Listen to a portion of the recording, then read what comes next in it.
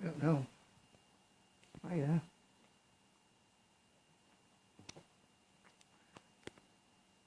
No, don't know who she is really.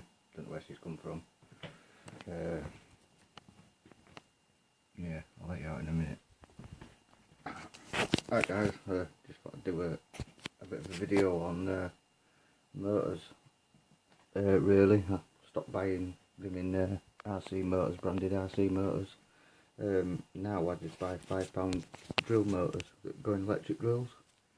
And that's what the FTX is now running now.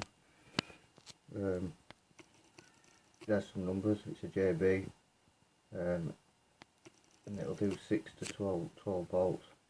Obviously it's like a cordless drill, but £5, can't go wrong. And I've had no problems for the last 6 months with it. What? You always have to interrupt, don't you? Don't you? And you gonna say hi? You gonna say hi? No? Guess not. So yeah, there's just my quick little update. Still got some more stuff to do to this FTX. I'm changing the out. I've got a new speed controller coming in. It's just taking a bit of time, so I just because now settled in a new place. Because he's still going fine, so yeah, it's got a big fan out of an Xbox to keep most cool.